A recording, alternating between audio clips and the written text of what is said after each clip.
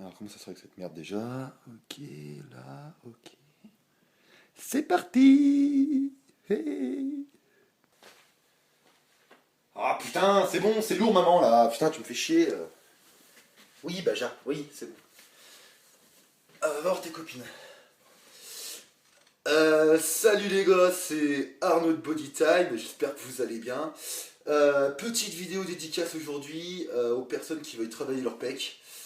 Donc ça va être très simple, si tu veux me ressembler, si tu veux avoir des pecs, si tu veux avoir des pecs gros, volumineux, lumineux, aussi durs que de l'acier, c'est avec moi qu'il va falloir que tu t'entraînes mon pote. Alors, mets ton short, prépare-toi, lève ton cul de ta chaise et viens avec moi. Allez, c'est parti.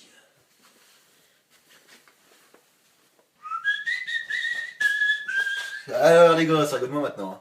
Donc tu vois, comme je te disais tout à l'heure, en fait, un mec qui travaille ses pecs, il y en a pas 50 000 en fait dans la vie quoi. Il y a deux types de personnes. Il y a ceux qui vont travailler les pecs pour qu'ils soient bien dessinés, puis ceux qui vont travailler les pecs pour travailler les pecs quoi. Donc tu vois, quand tu travailles, en fait c'est un petit peu comme si tu voulais couper une banane par exemple. Tu veux couper une banane. Tu la prends, tu l'ouvres comme ça, tac, tu vas la chercher, t'hésites pas, faut pas que t'hésites surtout. Hein. T'es là, hop, t'enlèves la peau. Et voilà, et là tu commences un petit peu à tailler la banane, mais plus dans ce sens-là. Tu vois, vraiment, ça c'est hyper important.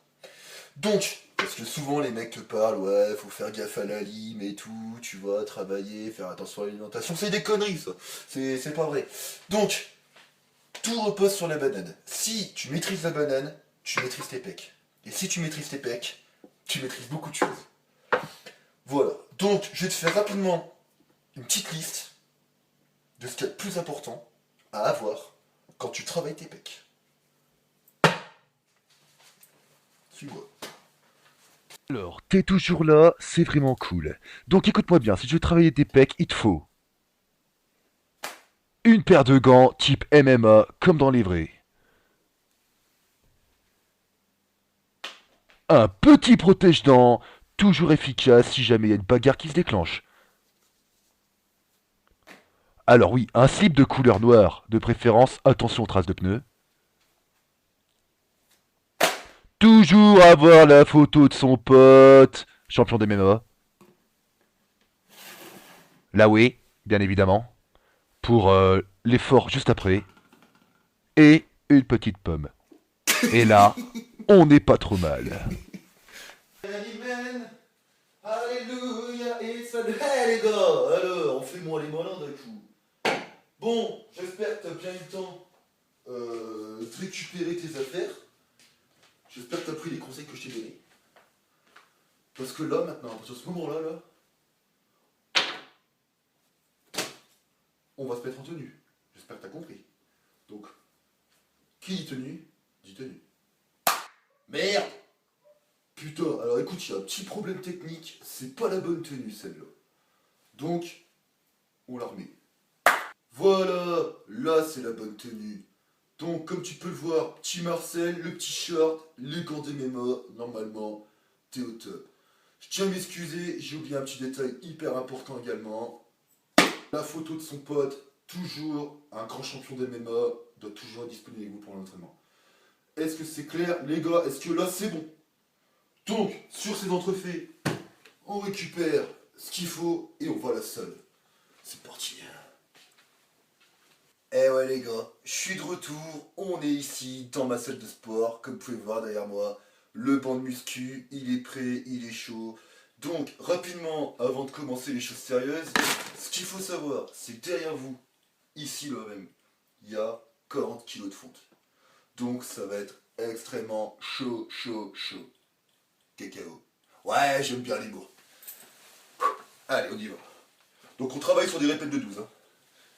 Alors, ce qui est important ici au niveau des quadriceps, on contracte les abdos, on va chercher, regard au loin, on pense à sa mère, et on va chercher comme ça.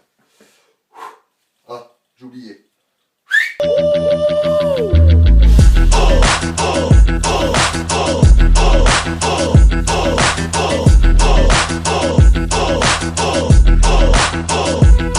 Moi j'assume, serein sans la fume, je contrôle, je résume.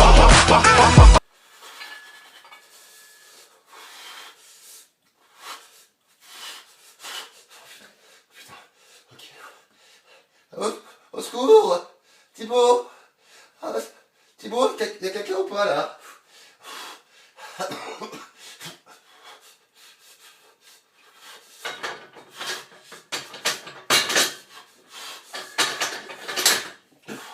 Voilà.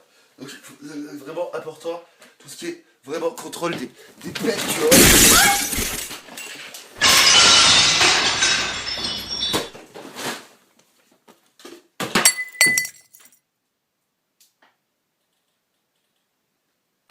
Non mais c'est bon, maman, je vais bien, c'est bon.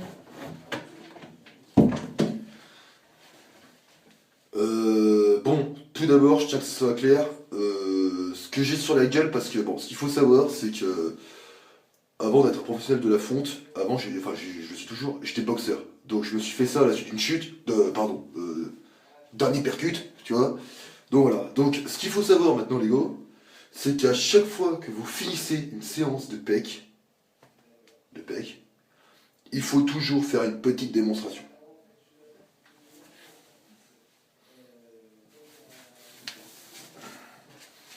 Voilà, donc là tu observes bien qu'il y a eu de l'effort physique, ça a travaillé, à peu près à ce niveau-là, en plus par là, voilà, là c'était pas mal. Là on voit que ça, ici, légèrement en dessous du téton, ça a été travaillé. De l'autre côté, fais voir. Ouais, au fait, au passage, je me suis fait un petit tatouage, j'espère que ça vous plaît. Bim. Alors, fais voir, attends.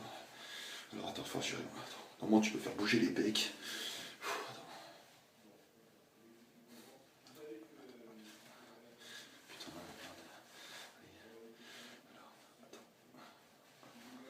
Bon bref, voilà quoi. Donc, à la suite de ça, on se retrouve à la cuisine. J'ai enlevé cette merde, bien évidemment, pour vous expliquer par rapport à la protéine. Voilà. Allez, ciao, et surtout, on y va. Ben voilà les gars, c'est la fin de la vidéo. Donc comme tout athlète qui se respecte, qui dit pec travailler, dit prise de prot. Alors ce qu'il faut bien savoir avec la prot, c'est que avant tout en fait, faut bien secouer comme ça, comme des maracas.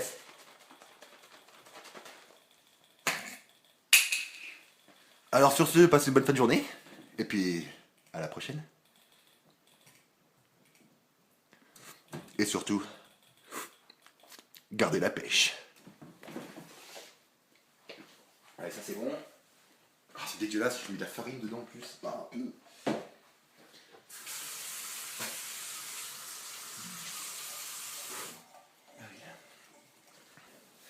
Ouh, chaleur. Ah, non, quand même, on va pas abuser. Bon, non, voilà, bon, bah, comme vous avez bien pu le comprendre, enfin j'espère du moins, cette petite vidéo était une parodie, bien évidemment, ne faites pas ça chez vous, hein, c'est hyper dangereux.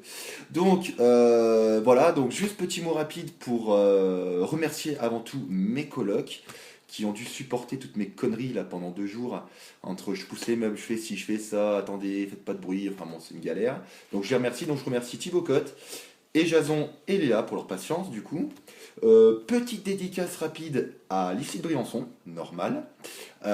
Première, deuxième et évidemment ma promo, troisième année. Waouh, ça y est, on y arrive.